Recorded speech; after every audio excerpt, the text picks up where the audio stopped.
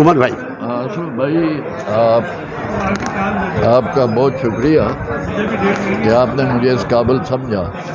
میں نے اس ملک کو بنتے دیکھا، اور میں ان خوش نصیبوں سے ہوں جو اس ملک کے لیے نعرے لگاتے تھے کہ بٹ کے رہے گا ہندوستان اور مل کے رہے گا پاکستان، لے کے رہے گا پاکستان۔ الحمدللہ پاکستان تو ہم نے لے لیا، لیکن جو پاکستان بننے کے بعد ہوا، وہ کہتے ہیں نا کہ منزل انہیں ملی جو شریک سفر نہ تھے، منزل انہیں ملی جو شریک سفر نہ تھے۔ پاکستان بننے کے کچھ عرصے بعد جناح کو شہید کر دیا گیا، اس کو مروایا گیا۔ وہ ایک بیمار آدمی تھا اور وہ ٹی بی کا 3rd ڈگری پیشنٹ تھا، اور اس سردی میں اسے زیارت بھجوایا گیا جہاں کوئی ٹریٹمنٹ فیسلٹی نہیں تھی۔ جب واپس آیا، پی ایم ماڑی پور میں اس کا طیارہ لینڈ کیا، جو اس کو ایمبولینس بھیجی گئی وہ یہاں کھڈا مارکیٹ میں اسٹاپ ہو گئی، اور دوسری گاڑی ایمبولینس منگائی گئی، وہ بھی خراب ہو گئی۔ تو قائد اعظم کا جو پاکستان بنانے والا تھا، اس کا ساز جو تھا یہ آگرہ تاج کے روڈ پہ کھڈا مارکیٹ جو ماڑی پور کو جاتا ہے، اور وہاں اس کی بہن محترمہ فاطمہ جناح پنکھے سے اس سے مکھیاں جلاتی رہی۔ ان لوگوں کے خلاف کوئی کارروائی نہیں ہوئی۔ پھر شہید لیاقت علی خان کو شہید کرایا گیا۔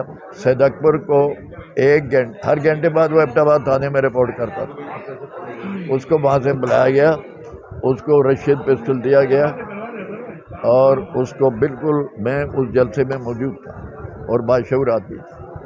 بہت سے لوگ ہمارے اس جلسے میں ایبٹ آباد سے آئے تھے، ہم بھی آئے تھے، ہرلی میں 13-14 سال کا ہوں گا۔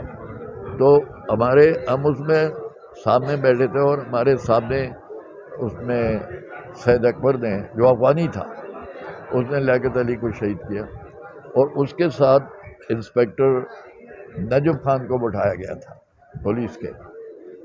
نجف خان نے یہ کیا کہ اسی کو، سید اکبر کو فوری طور پہ قتل کیا، مطلب ہے تاکہ مرڈر کا کلو ہی نہ ملے۔ اور اس کے بعد جو ایس پی انویسٹیگیشن کر رہا تھا، اس کو بھی مرڈر کیا گیا، اور قربان علی خان ڈی آئی جی کے پی کے شمال مغربی سرحدی صوبے کا قربان علی خان، وہ فائل لے کر آتا تھا، اس کو بھی کریچ کیا گیا۔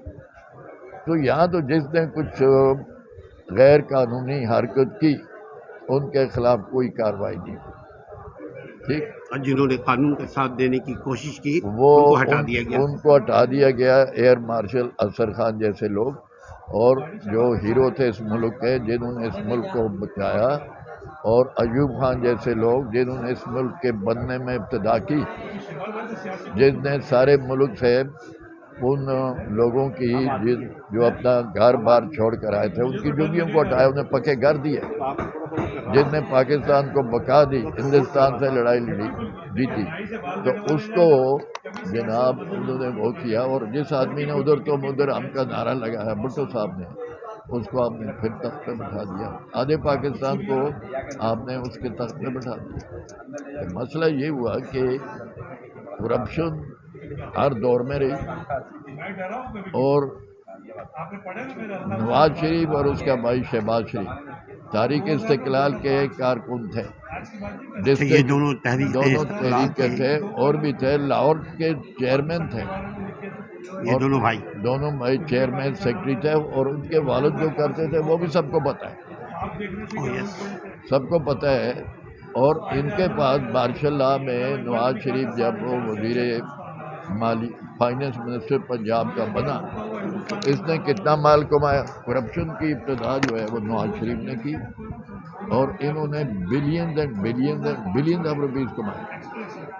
اور یہ جو نعرے لگا رہا تھا نیازی، اس نے ان کو باہر جانے دیا کہ بھئی خاص کم جہاں پاک چلو باہر چلے جائے، اگر ملک میں ہو گئے تو مصیبت ہوگی۔ یہ تو کہہ رہا تھا کہ میں ایک پیسہ لے آؤں گا، اس نے تو ان کو ہیرو بنا دیا، باہر بھیج کے ہیرو بنا دیا، ان کے خلاف کوئی کارروائی نہ کر کے ہیرو بنا دیا۔ اور اب تو وہ دوبارہ شہباز شریف پرائم منسٹر بن رہا ہے، اور بن بھی جائے گا۔ انہوں نے ان کو ہیرو بنایا. انہوں نے کیا کیا؟ جو کرپٹ آدمی کورٹ میں آتا ہے، آپ دیکھیں کرپشن کے جنگل میں جو آتا ہے اس کی کوریج کے لیے 20 گاڑیاں آتی ہیں. انہیں ہیرو بنایا. باقی رہ گئے عمران خان، کرکٹ جیتا تھا، لیکن جو شخص 2 بیویاں نہ سنبھال سکے وہ ملک کیا سنبھالے گا؟ وہ نواب امیر محمد خان نے کمشنر تربت کو ڈسمس کیا. کسی نے پوچھا نواب صاحب اس کا قصور کیا ہے؟ اس نے کہا اس کے گھر میں چوری ہو گئی تھی. جو کمشنر اپنا گھر نہ سنبھالے وہ پوری کمیشن کیا سنبھالے گا؟ 4 ضلع 5 ضلع. عمران خان جن نعروں پر آیا اس نے سب نیگیٹو کیا. اس کے دور میں کرپشن 10 ٹائم بڑھی، لاقانونیت بڑھی، اور لوگوں کے جو ہوا یہاں جو میں کہتا ہوں کہ ڈالر جو ہے وہ اس وقت 180 کا ہے. اگر یہ 180 اگر اس کی صحیح پالیسی ہوتی تو ڈالر 4.5 روپے پر ہوتا. مگر وہ یہ کہتا ہے کہ جعلی طریقے سے روک کر رکھا تھا. جعلی روکنا ان کا کام ہے. گورنمنٹ دیکھیں گورنمنٹ خدا اور گورنمنٹ پاورفل ہے، ٹھیک ہے. اور جعلی اگر ملک میں کوئی ایسی سازش ہوتی تھی تو ان کا کام ہے روکنا. کیا پاکستان اتنا کمزور ہے کہ امریکہ کے ایک لیٹر پہ پاکستان ٹوٹ جائے گا؟ 14 لاکھ کا فوج ہی ہماری دنیا کی 5ویں بڑی فوج ہے، سب سے بہترین ایئر فورس ہے، سب سے بہترین. مگر ان کا پریس کانفرنس بھی آ گیا. کوئی کانفرنس نہیں ہے جناب. یہ ابھی میں کہتا ہوں 10 کانفرنس آئیں. کیا کسی ملک کے لیڈر پہ؟ اب دیکھیں نا وہ رشیا نے ابھی کتنے 1 مہینے سے وہ چھوٹا ملک رشیا کے خلاف لڑائی کر رہا ہے، یوکرین. کیا رشیا یوکرین کو توڑ بیٹھا؟ حالانکہ بالکل ملے ہوئے. کیا جرمنی کو دھو کیا تھا؟ کیا جرمنی دھو رہا؟ نہیں رہا، کیونکہ ان کی ول نہیں تھی. اگر عمران خان کی ول ہوتی تو امریکہ تو ہے کہ امریکہ افغانستان کو توڑ بیٹھا؟ کیا امریکہ ویتنام کو توڑ بیٹھا؟ یہ سب جھوٹ ہے، مکاری ہے، اور یہ کچھ نہیں. یہ لالسنس ہے اور یہ چند آدمیوں کا ٹولہ ہے. یہ پیدا گیری. اب انہوں نے لوگوں کو وہ جو یونین کمیٹیز میں گاؤں تک لوگوں کو بتی کے پیچھے لگا دیا. ایک بے روزگاروں کی فوج، کرپٹوں کی فوج. ایک ممبر ہے تو وہ کرپٹ ہے، ایک چیئرمین ہے وہ کرپٹ ہے. لاکھوں کروڑوں روپے چیئرمین، تحصیل کے چیئرمین کروڑوں خرچ کرتے ہیں. کہاں ان کو نہیں پتہ یہ کرپشن کا مال کس کس کے پاس ہے اور کس نے جمع کیا ہے. وہ کس نے جمع کیا ہے؟